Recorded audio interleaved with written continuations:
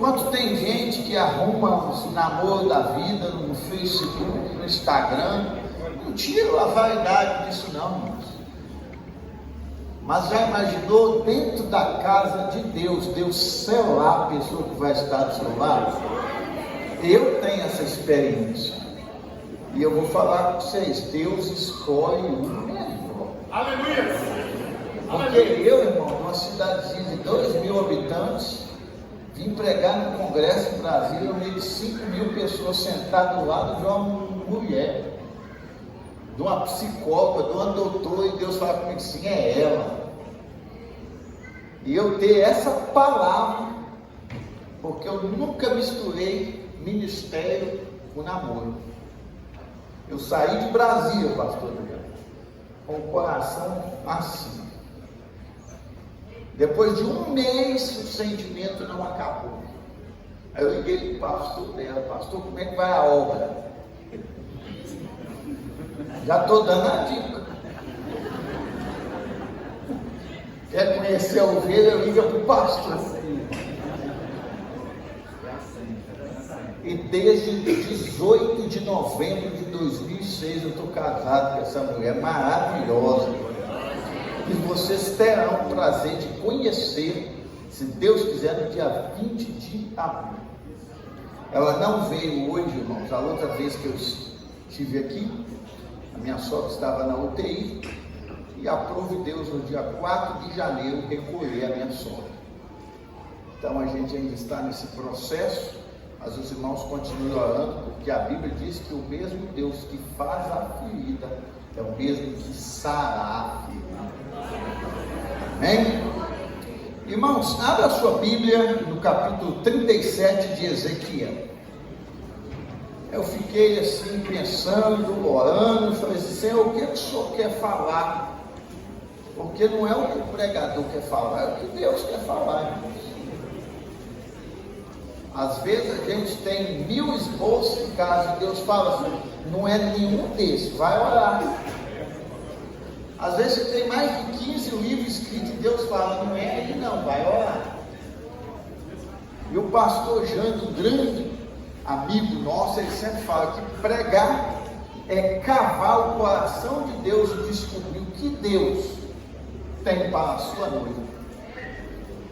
Então abra a sua Bíblia, Ezequiel 37, diz assim, a visão do vale de ossos, veio sobre mim a mão do Senhor, e o Senhor me levou em espírito e me pôs no meio de um vale que estava cheio de quê?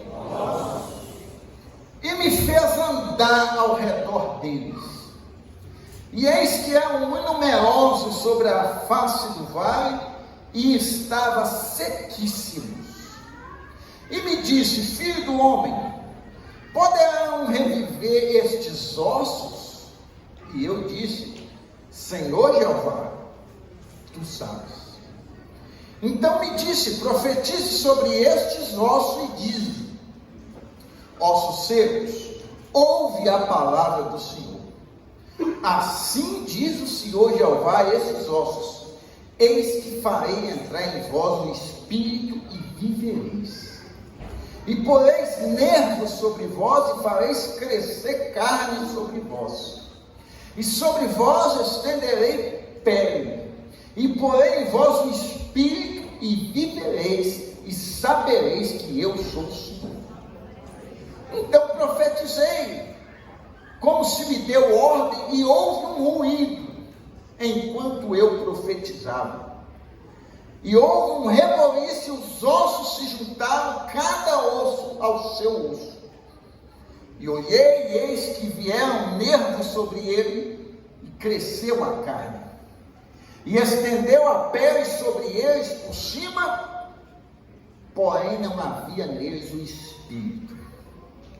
E ele me disse, profetiza ao espírito. Profetiza ao filho do homem, diz ao espírito, assim diz o Senhor Jeová. Vem dos 4 ventos, ó espírito, e assopra sobre estes mortos para que vivam. E profetizei como ele me ordenara. Então o espírito entrou nele, e viveram, e se puseram em pé um exército grande e numeroso. Amém. Podemos nos assentar, queridos.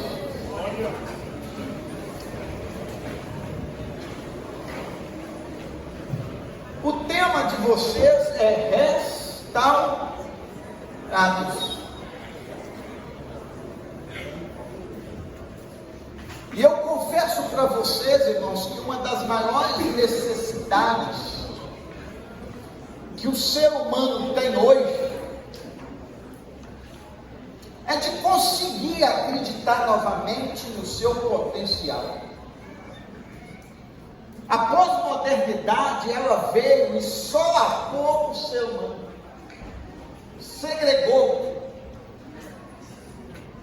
Na empresa, todos nós só temos valor se nós produzirmos. De modo que o sentimento ficou para o segundo plano. Se você for olhar algumas estatísticas, você verá que existem várias pessoas afastadas por enésimas doenças psicossomáticas. E muitas delas não conseguem acreditar no amanhã. Não conseguem sequer acreditar que vai vencer o dia. Quantos e quantos jovens, cheios de vigor, porém a mente já está cansada. Infelizmente, irmãos, um dos maiores ladrões de energia está aqui na minha mão. Rede social. De modo que as pessoas gastam tanto tempo, tanta energia, que na hora que elas precisam concentrar, focar, falta-lhes meios, energia, para poder concentrar naquilo que vale a pena. No Brasil hoje existem aproximadamente 30 milhões de pessoas sofrendo de depressão profunda. Mais uns 25 milhões, isso é estatística da revista Veja, mais uns 25 milhões sofrem de alguma fobia, de algum medo. E na nossa vida nós passamos por diversos problemas. Vocês querem ver? Quantos aqui já foram traídos? Levante a mão. Vocês ficaram com medo, não. Não estou falando só de traição no matrimônio, não. É traição na empresa. Tem gente que fala de traição e fala assim, não, eu não fui traído no matrimônio, mas às vezes na empresa, por um sócio. Vou repetir, quantos já foram traídos? Quantos aqui já se frustraram na vida? Decepcionados? E por aí vai. E eu te pergunto, é fácil confiar em algum sócio depois de sermos traídos por outros?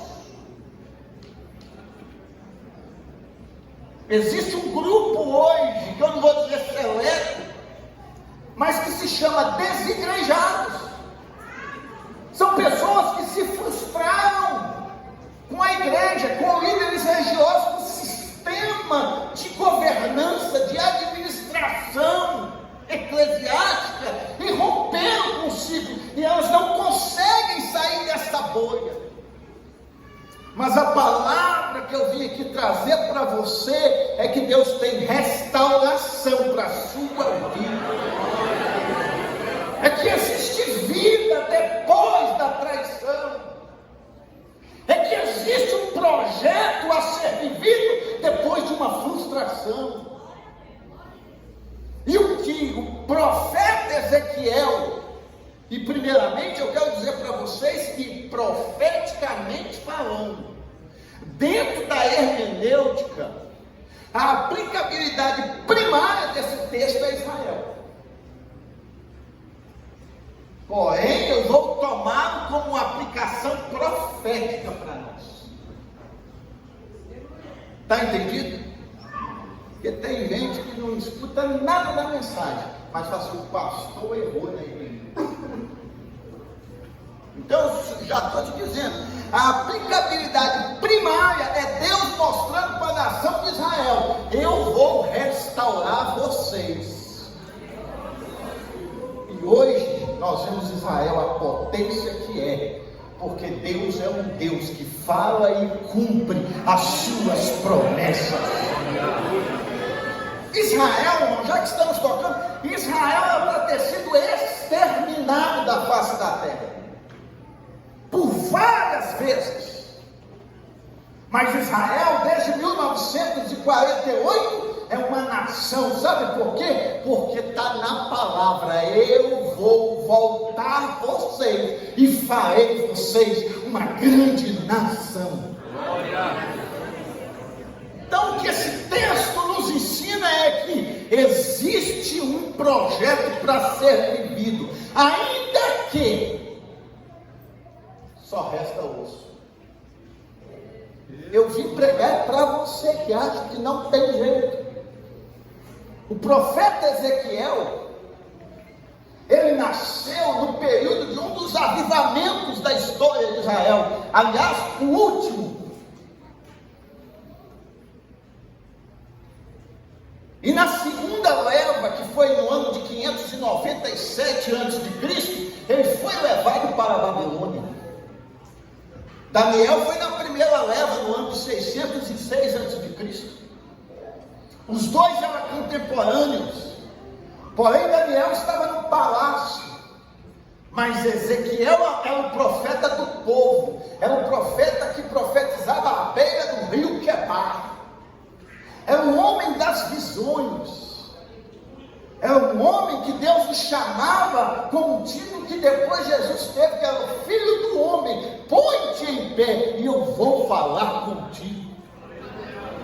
E o profeta Ezequiel, como jovem que era, que nessa época que deveria ter seus 20 anos de idade, ele nos dá alguns apontamentos para que nós venhamos viver os projetos de Deus. E o primeiro deles é: Deus leva Ezequiel para o meio de quê? Para onde Deus leva Ezequiel?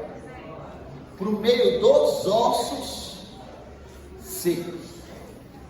Irmão, quem gostaria de estar aqui no meio do vale de um osso seco? Quem gostaria? Mas Deus leva o profeta em espírito. E quando ele chega lá, ele vê só osso, e era muito. Ele disse que era numeroso os ossos que existem ali. Eu sei que ninguém gosta, mas você já imaginou que o lugar que mais existe história é no cemitério? O lugar onde existem projetos interrompidos, no cemitério.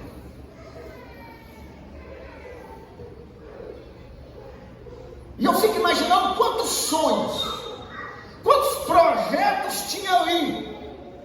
E de repente Ezequiel, vendo aqueles ossos, a voz de Deus brada para ele: Ezequiel, você acredita que esses ossos podem reviver? E ele foi bastante sábio. Ele disse o seguinte: tu sabes. Só que essa expressão tu sabes é: o Senhor tem poder para fazer isso. Aleluia. E a mesma pergunta é como se Deus fizesse para nós no presente século: você acredita que eu posso reconstruir a sua vida? Você acredita que eu posso mudar a tua história de morte para a vida? Você acredita que eu posso te tirar desse vale que você está vivendo e te colocar nas montanhas para viver os projetos que eu tenho? Ah,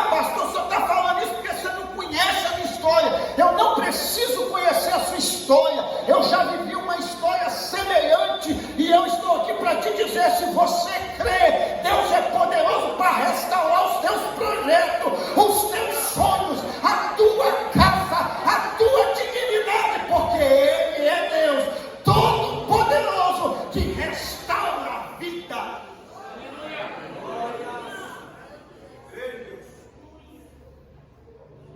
Quantas vezes, irmão, nós caminhamos no meio da nossa ossada, literalmente, no meio das ruínas da nossa existência, e aí cai em nós um espírito de autocomiseração, onde a gente se alimenta, e tem gente que gosta de se alimentar daquilo que aconteceu de negativo na sua vida. Ou vocês não conhecem gente assim? Ah, pastor, eu estaria bem se não tivesse acontecido isso na minha vida. Ah, pastor, se não fosse a crise que aconteceu no governo Collor, se não fosse a pandemia, e aí a gente adora inventar desculpas para justificar o nosso fracasso e a nossa inércia.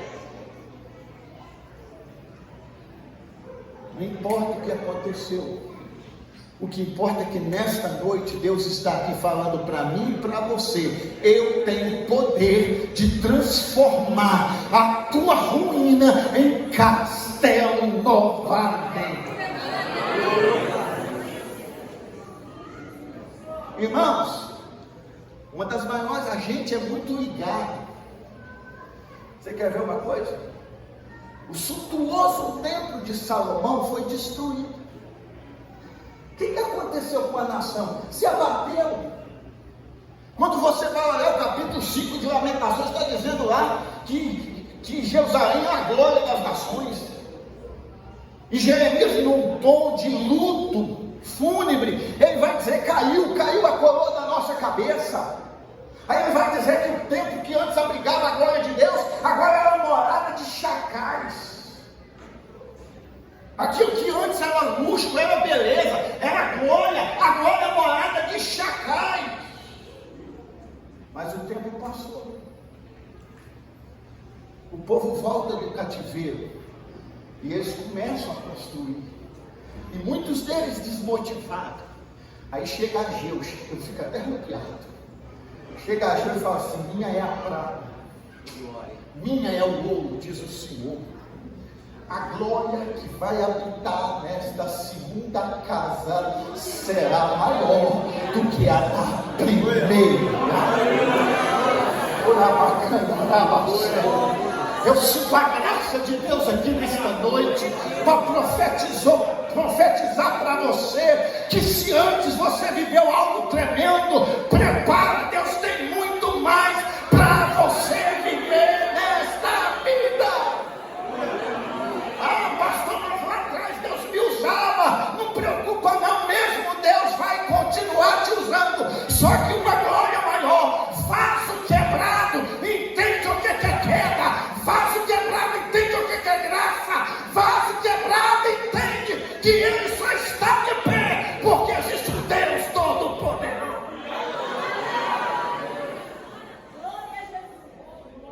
Creia, Deus é poderoso para restituir a tua família, a tua história, a tua vida. Não tinha a mesma glória econômica. Não nos enganemos, irmãos. O templo que Salomão construiu foi um senhor templo. Mas a glória que habitou no segundo não habitou no primeiro. Lembra quando Zacarias estava lá e chega José com Jesus? A glória será maior. Deixa de viver de passado e começa a focar na história que Deus está escrevendo. Deixa de ficar se gloriando no passado e foque na história que Deus vai escrever sobre a sua vida. Essa pergunta é crucial. Você crê que algo pode acontecer? Irmãos, a pior coisa que tem É a gente ver um quadro de morte e Deus perguntar: você acredita que eu tenho poder para mudar esse quadro? Isso é pessoal. Eu preciso crer num Deus que muda a história. Uma das maiores mazelas que o inimigo tem feito na atualidade, sabe o que é? É fazer você desacreditar no Deus que você serve. E aí ele começa a jogar flechas na nossa mente. Lembra daquela vez que você orou? Deus não te respondeu. Lembra que aconteceu isso? Onde ele está? E a gente vai entrando numa crise existencial e acha que Deus não existe, que Deus é um conto da nossa cabeça, ou é uma tradição que nós recebemos dos nossos pais. E o próprio Jesus já tinha advertido sobre isso. Quando o Filho do Homem achará fé na terra. Aí nós temos uma geração hoje, que é uma geração que é fraca teologicamente falando. É uma geração que qualquer coisa duvida da existência de Deus. Deixa eu te falar um negócio aqui. Deus continua o mesmo Deus que criou os céus e a terra, é o mesmo Deus que ainda age na história, é o mesmo Deus que ainda dá a última palavra, com morte ou sem morte. Ele é o todo soberano da história, e Ele está aqui nos dizendo: eu tenho poder para mudar a história. E você precisa acreditar. E uma das coisas, e eu vou falar como assembleano, que nós perdemos são os testemunhos. Eu cresci, irmãos, ouvindo testemunhos dentro da Assembleia de Deus, porque são testemunhos que nos mostram o que Deus está fazendo no seio da igreja. Aí hoje, vamos ser sinceros, não sou pastor da igreja, não estou aqui para exortar. Mas hoje a gente dá oportunidade para dar testemunho, o povo não quer nem dar testemunho. Mas é no testemunho que você vê a grandeza do teu Deus. Mas são coisas que vão acabando. E as pessoas não têm a sua fé solidificada através dos testemunhos. A minha sogra, deixa eu contar algo para vocês aqui. A minha sogra foi recolhida. Deus continua no trono, irmãos. Ah, mas eu achei que ia curar. Deus está no trono e é soberano.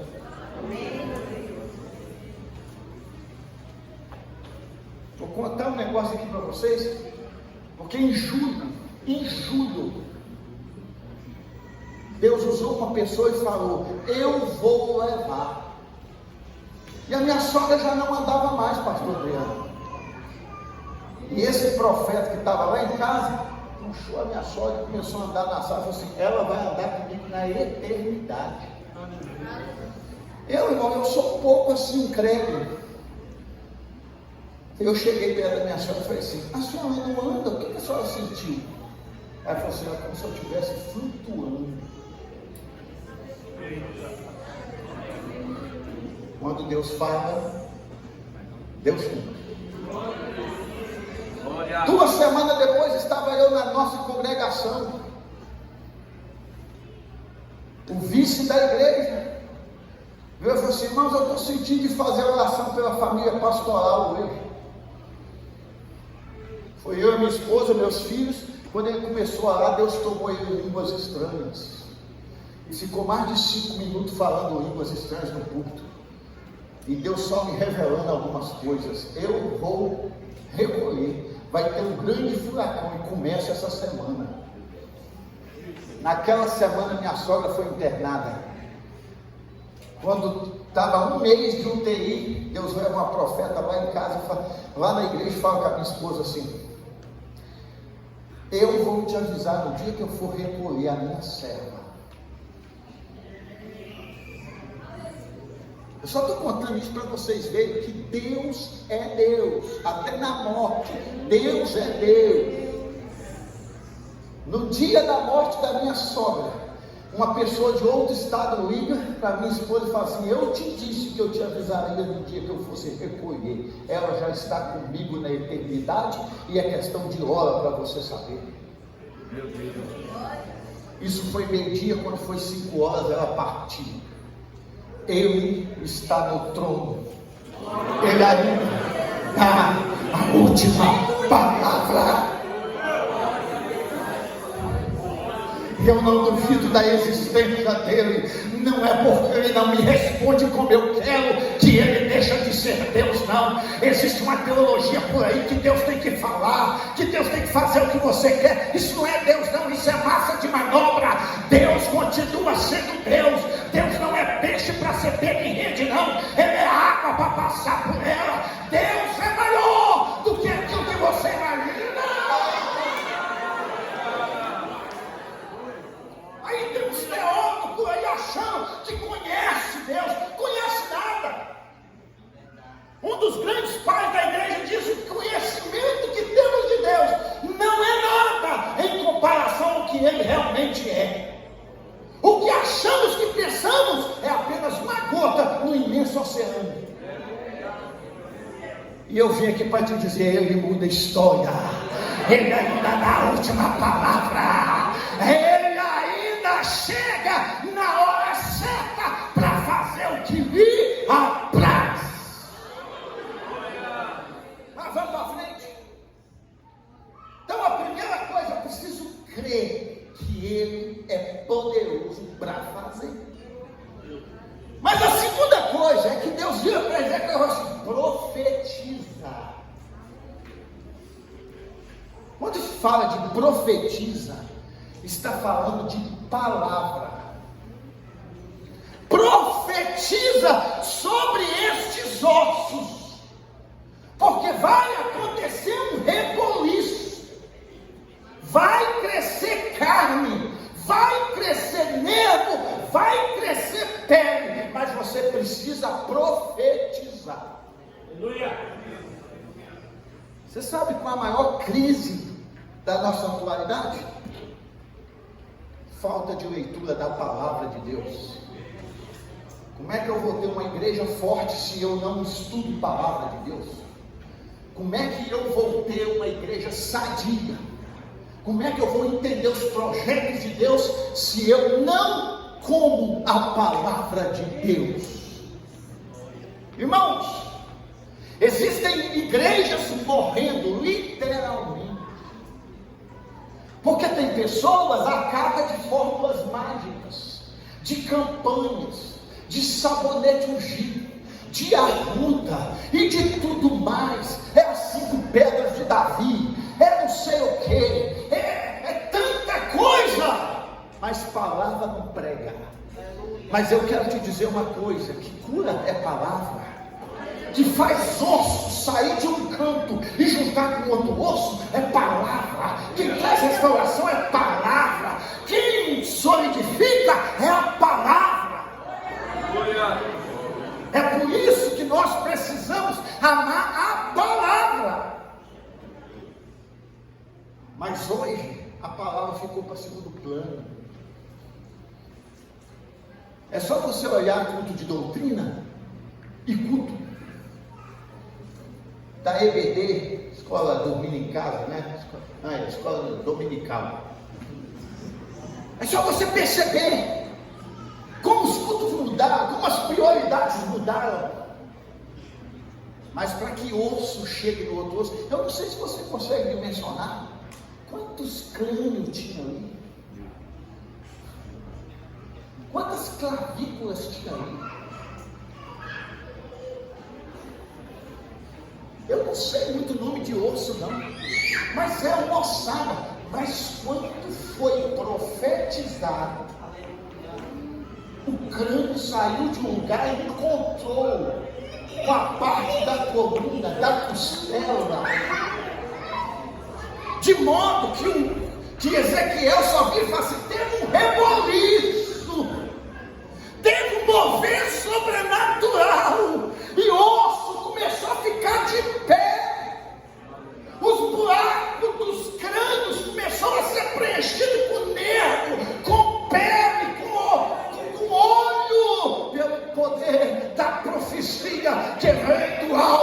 que primeiramente é pura, pacífica, tratável, cheia de misericórdia e de bons frutos.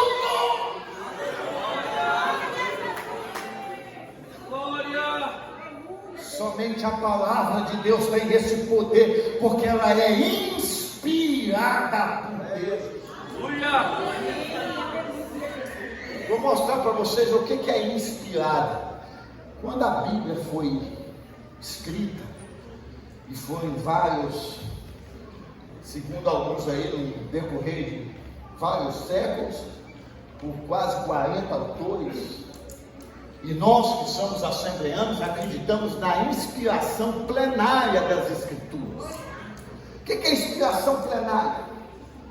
Nós acreditamos que Deus inspirou homens santos de forma sobrenatural para escrever, do qual nenhum outro receberá tamanha inspiração para isso. Mas inspirar é isso aqui que Deus fez, ó. A palavra sai de onde de Deus? Glória. Não, só isso aqui já me dá vontade de pular. Porque o que está aqui não saiu da mente, não saiu da acuidade da filosofia, não saiu de argumentação de filósofo nenhum, e nem de elucubração teológica. O que está aqui sai da profundeza de Deus. Um minuto para você adorar esse Deus que revelou para o seu glorioso Deus. Você está entendendo por que ela traz mudança? Porque ela não parte da mente, ela parte do interior de Deus. Aí Paulo, um dos teólogos mais fantásticos da igreja primitiva, e de todos os tempos, Paulo diz assim: porque o Espírito penetra todas as coisas, ainda que nas entranhas de Deus. Aí Deus vai, irmãos, e revela, aí tem um hino da harpa que fala isso, parte do seu glorioso ser. Deus revela parte do seu glorioso ser. Então o que sai de Deus tem poder, como diz Hebreus, para fazer o que? Vai até a divisão da alma. Eles me chamam de teólogo, eu não me considero teólogo não. Você sabe por quê? A grosso modo, teólogo é quem estuda Deus. É uma prepotência humana muito grande dizer que eu estudo Deus. Como pode o mortal querer estudar o eterno? O limitado querer estudar o ilimitado. Aí tem gente que é doutor em divindade. É muita prepotência. Ele é grande. Ele é excelso, Ele é eterno. A minha mente é vaga demais para poder entender os seus desígnios. É por isso que Paulo disse: ó, profundidade das riquezas, tanto de ciência quanto de sabedoria de Deus, quão insondáveis são os teus caminhos, quão inescrutáveis os teus juízes. Quem conheceu a mente do Senhor para que possa instruí-lo? Ou quem foi o seu conselheiro? Quem foi que primeiro deu a ele para que possa ser recompensado? Porque dele, por ele, para ele são todas as coisas, para todos sempre.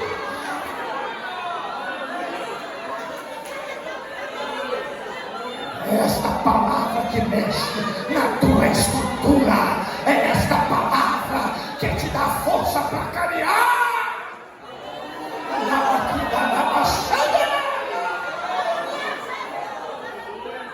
Eu preciso falar isso aqui. Eu não sou contra coach. Tem a sua área de atuação, mas no altar nós não. Quem tem a palavra de Deus não precisa de altar. Pode usar na empresa. Pode usar na empresa, é válido. Mas o altar não precisa de mais nada. O altar Tem palavra. E onde tem palavra, penetra até a divisão da alma e do espírito. Estou terminando já. O que fica a divisão da alma e do espírito, pastor Pedro?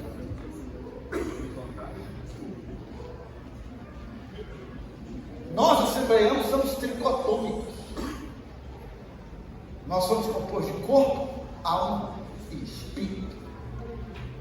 Mas o escritor aos Hebreus vai dizer assim, ó, porque esta palavra é mais poderosa do que espada alguma de dois gumes, e vai até a divisão da alma e do... Onde fica isso? Eu não sei. Mas é para te mostrar que a palavra de Deus trabalha em esferas que você desconhece. Juntas e medulas. Ela age de forma que eu não compreendo. E às vezes a gente que é pastor, pregador, a gente acha que a gente vem aqui e a palavra tem que fazer o que a gente quer, não é. Ela faz o que Deus quer. Tem gente que quer fazer reboliço, porque acha que a única maneira de provar que Deus está presente no ambiente é reboliço, e nem sempre. É verdade. Desse jeito, Jesus. O mesmo Elias que viu fogo cair do céu, depois ele estava numa caverna e veio fogo. Ele reconheceu que Deus não estava no fogo, mas veio um vento manso, delicado, e ele falou assim: Deus está aqui. A gente precisa ter sensibilidade para entender quando Deus está no fogo e quando Ele está na brisa mansa. A palavra, ela causa aquilo que eu não consigo mudar. Eu posso falar para o meu filho 25 vezes: você precisa ir para a igreja, você não pode fazer isso, você não pode fazer aquilo. Eu vou longe, não. Irmãos, eu nasci dentro da Assembleia de Deus. Frequentei a escola da Assembleia de Deus. E no passado era assim: por que não pode fazer isso? Porque não pode. Tinha explicação. Aí no dia que liberou, os crentes fizeram ou não? Fizeram. Porque eles nunca foram conscientizados que não podia, mas obedecia por medo de uma disciplina. Mas quando a palavra de Deus te convence, pode mudar tudo, você não mudar. Quando a palavra de Deus cria raízes na sua vida, pode remover tudo quanto é doutrina, você não arreda o pé, porque quem te ensinou foi o autor das Escrituras. Aí o homem fica naquele negócio: porque hoje pode, pastor. Quem falou que pode? Ah, é porque o pastor tal falou. Eu quero saber o que a palavra está dizendo. Pode fazer isso, mas não tem mais milagre. Pode fazer isso, mas temos enfrentado uma esterilidade. Pode fazer isso, mas sumiu os cultos de oração. Pode fazer isso. Me perdoe a crítica. Na minha época, vigília começava às 10 e ia até 6 da manhã, mas era de joelho. Graças a Deus que ainda tem um culto que dura a noite toda, mas na nossa época era joelho.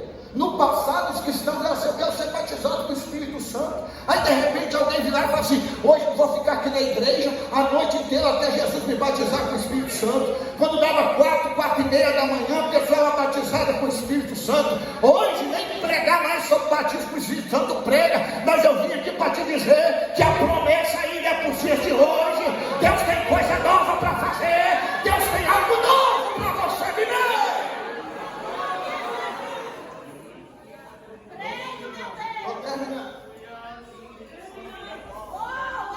A Bíblia nos mostra que a palavra sem o Espírito vira formalidade. Espírito sem a palavra vira fanático. Então eu preciso ter palavra, mas preciso ter o Espírito. Vejam bem, a profecia fez ossos se juntarem e de ossos se tornou um cadáver. Porque o que é cadáver? Corpo sem espírito, sem vida. Então a palavra conseguiu estruturar, mas precisa do Espírito para dar vida. Vamos voltar ao jardim do Éden? Deus cria o homem do pó da terra. Deus criou. O que ele fez? Um boneco de barro. O que ele fez? Um boneco. Ele precisava de vida. O que ele fez? Aí chamou, num tom poético, 33:4 de Jó: o Espírito de Deus me fez. Mas quem me deu vida? A unção do Todo-Poderoso. Infelizmente, irmãos, tem igreja que tem um excelente núcleo educandário. O organograma da igreja é tremendo. É impecável a organização, o pós-lúdico, o prelúdio, mas está faltando algo.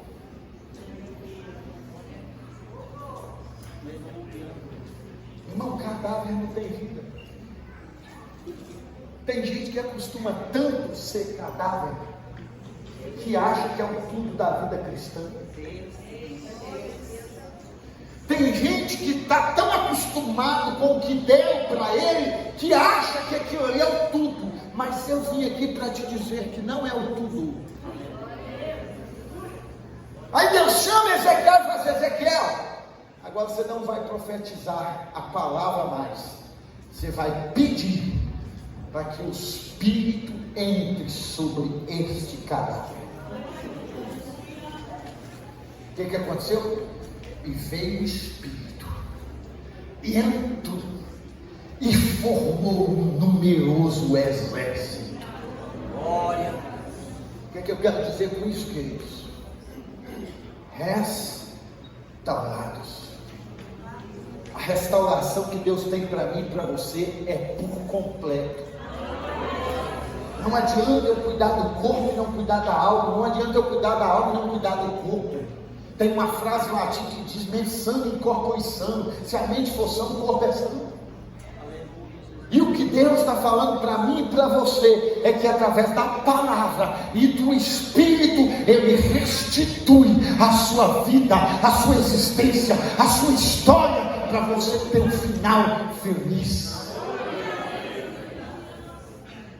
Eu sempre tenho dito isso nas minhas ministrações: se esta geração não tiver uma experiência cabal e real com o Espírito Santo, ela não conseguirá viver as adversidades que virão. Eu, com 16 anos de idade, eu saí da igreja.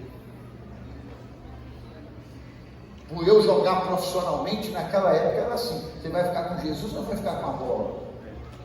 Estou mentindo? Enquanto hoje ninguém mais olha porque ele está namorando, na minha época era assim: você vai ficar com a menina ou vai ficar com Jesus? Aí no culto de membro ainda falava assim: fulano tal está sendo disciplinado da igreja porque preferiu o mundo, irmão, do que a igreja. Estou mentindo? Eu saí da igreja nesse período. Fiquei um tempo afastado, até um dia em que Ele me chamou de volta. Eu cheguei em casa às 5 horas da manhã, e quando eu deitei na minha cama, uma voz falou assim: eu não te fiz para viver esta vida. E desde o ano de 1994, eu tenho vivido tudo que Deus tem para mim. Se você perguntar a algumas pessoas que viveram comigo, elas vão virar para você e falar assim: é um caso perdido. Se você perguntar para alguns da minha família, fala assim: não ia dar em nada. Se você fosse perguntar até mesmo para alguns pastores, eu vou até falar sem microfone, eu era o capetinho da escola dominical, lá tentava demais. Isso é para te mostrar que enquanto o homem e as pessoas pensam uma coisa, Deus já tem algo escrito para você. Eu queria que você ficasse de pé nesta manhã. Aleluia!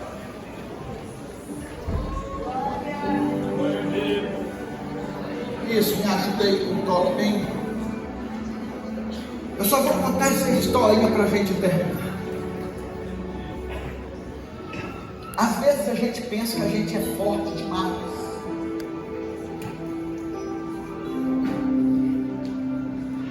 Mesmo Deus sabendo onde Ele vai nos levar, Ele permite algumas quedas na nossa vida. Só que para a gente lidar com isso é difícil demais.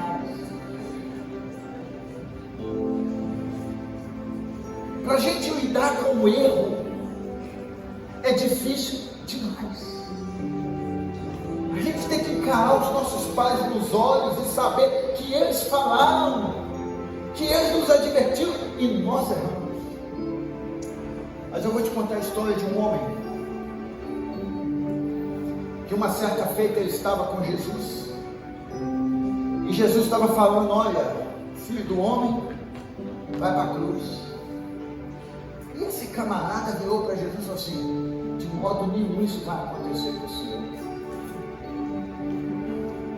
Se depender de mim, o Senhor não vai. E aí Jesus vira para ele e fala assim: sabia que o diabo pediu para se andar com a sua vida?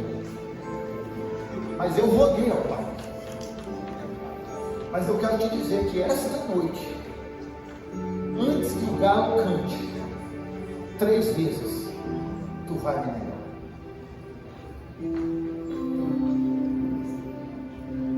O que Pedro disse? De modo nenhum. Segue-se a história. Quando você lê os 3 evangelhos sinóticos, você vai encontrar a narrativa que eu vou te falar aqui agora. A primeira vez, Jesus está voltando de um dos tribunais, e alguém vira e fala assim: você é um deles. O que ele fala? Eu não conheço. Passa um tempo, Jesus está voltando, parece que da casa de Caifás. E novamente, porque Pedro estava seguindo Jesus de longe, e novamente fala: você é deles, a tua fala te denuncia. E ele fala assim: eu não conheço tal homem. A terceira vez, Jesus está passando, e alguém vira para Pedro e fala assim: você é um deles. E Pedro vira e fala assim: eu não conheço este homem. Na hora que ele termina a frase, Jesus olha para ele, o galo canta, e aí Mateus vai dizer: e Pedro foi chorar copiosamente.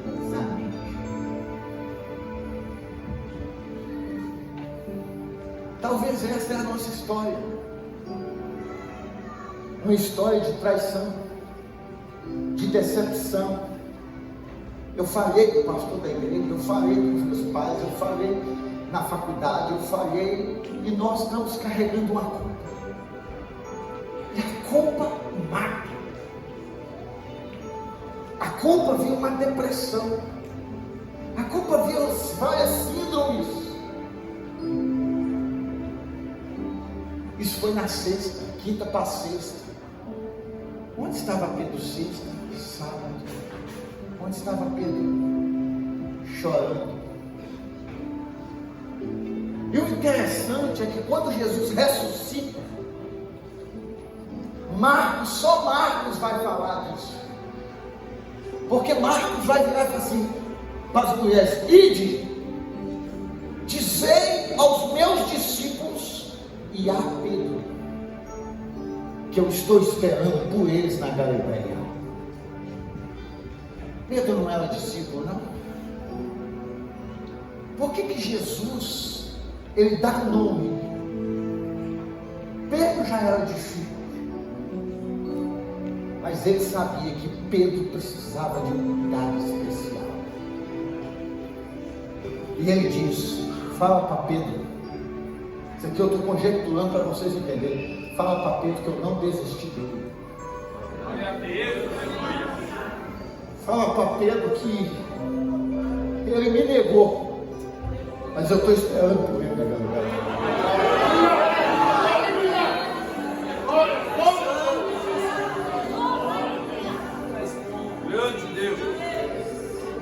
Fala para Pedro que não é o fim. Foi necessária a queda. Fala com Pedro, foi necessária a queda, mas eu estou te esperando na Galileia, porque o que eu tenho com você, Pedro, você é incapaz de sondar. Aí Jesus vai e chega, Pedro vai e chega, e eles estão pescando. E o texto vai dizer de uma pesca maravilhosa, onde eles passaram a noite inteira e não fizeram o quê? Não pescaram nada. Que ele chega. E quando Jesus chega, Jesus vira e fala assim: lança da banda da direita. Ele simplesmente obedeceu. E a Bíblia diz que veio uma pesca maravilhosa.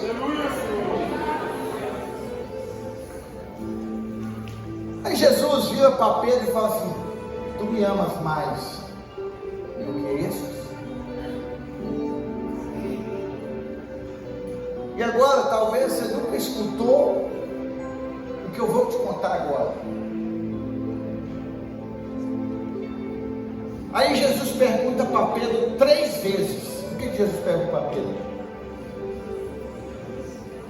E o que Pedro fala na primeira vez? Eu te amo. Aí Jesus pergunta a segunda vez. O que Pedro fala? Aí ele pergunta a terceira vez. O que ele fala? Tu sabes tudo. Tu sabes que eu. Agora eu vou te mostrar o que tem por trás disso. Você sabia que no grego tem várias palavras para amor? Amor estorger é amor de namorado. Amor erótico é o amor vinculado ao sexo, o eros. Tem o filéu, que é o de amigo, e tem o agapau, que é o amor de Deus. A primeira vez, Jesus vira para Pedro e fala assim: Petros, ágapos mu, tu me amas? Aí Pedro vira e fala assim: nai, filéu, sim. Jesus pergunta para Pedro o seguinte: tu me amas como eu te amo? Pedro fala assim: sim, eu te amo com amor de amigo. A segunda vez, Jesus vira para Pedro e fala: Pedro, ágapos mu. Pedro vira e fala: nai, filéu, sim. De novo, Jesus fala assim: Pedro, você me ama da maneira como eu te amo? Pedro vira e fala assim: sim, eu te amo com amor de amigo. Na terceira vez, Jesus desce o nível. Jesus fala assim: Pedro, filéu, bu. Aí Pedro vira e fala assim: nai, pantagnóstico. Tu conhece tudo, tu sabe, com esse amor de amigo, eu consigo te amar. Deus não quer perfeição, Deus só quer ser seu amigo. Entenda, às vezes nós somos cobrados para ser perfeito. E quando nós não conseguimos ser, é como um vaso que quebra. A meta do cristão é ser perfeito. À medida que você for ser perfeito, você não habitará nessa esfera mais. Mas eu vim aqui para te dizer que, independente do teu erro, do teu fracasso, Ele está aqui te dizendo: eu vou escrever a tua história.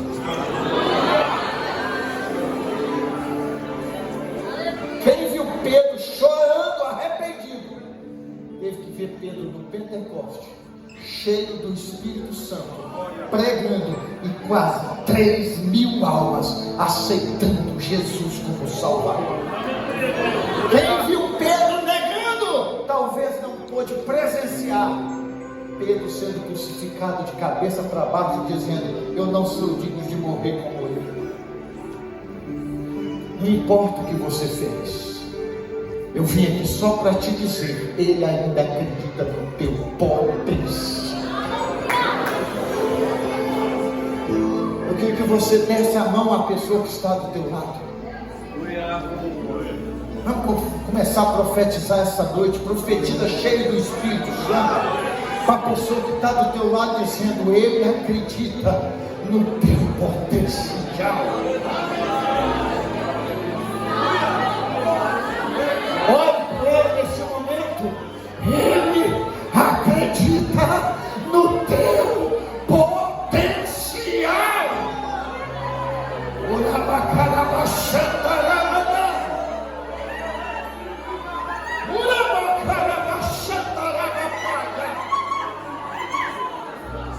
Eu sinto ossos chegando no lugar esta noite. Eu sinto a vida voltando, os projetos voltando, os sonhos voltando, porque Ele acredita no teu potencial.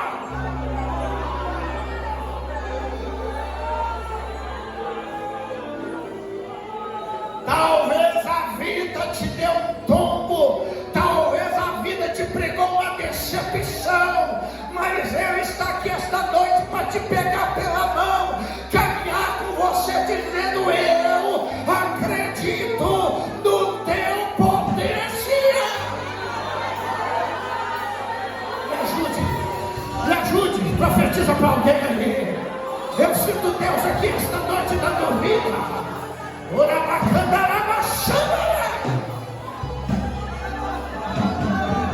A depressão não vai te destruir, o suicídio não vai te levar, porque está aqui esta noite aquele que conhece a tua fragilidade e está te dizendo: eu mesmo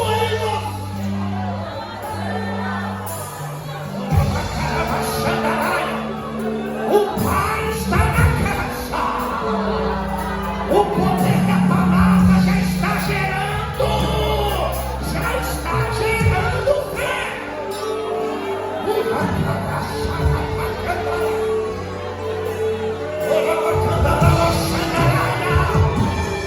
Talvez a tua casa esteja toda desorganizada, mas pelo poder da palavra de Deus eu profetizo que a organização, que a ordem vai chegar naquele lugar.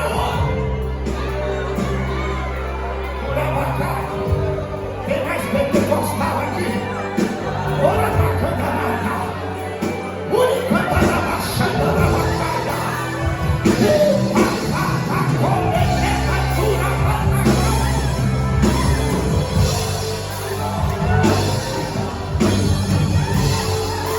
receba vida, receba vida, receba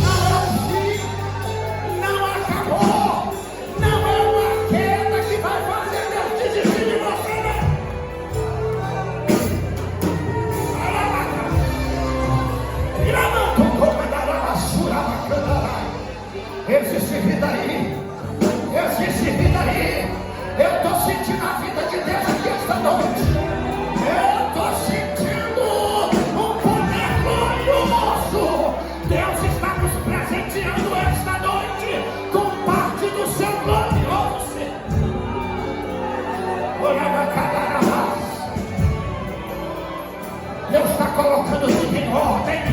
A tua casa não será mais a mesma. O teu filho não será mais o mesmo.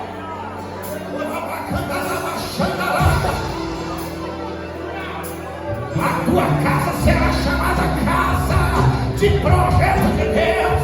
A tua casa será próspera. A tua casa será bem-aventurada.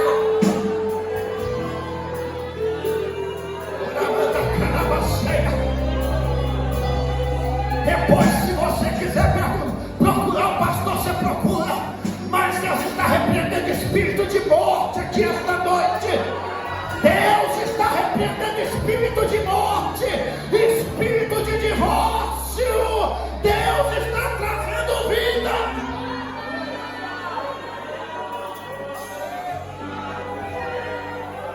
Deus não desiste de você. Deus não desiste da tua história. Deus não desiste da sua vida.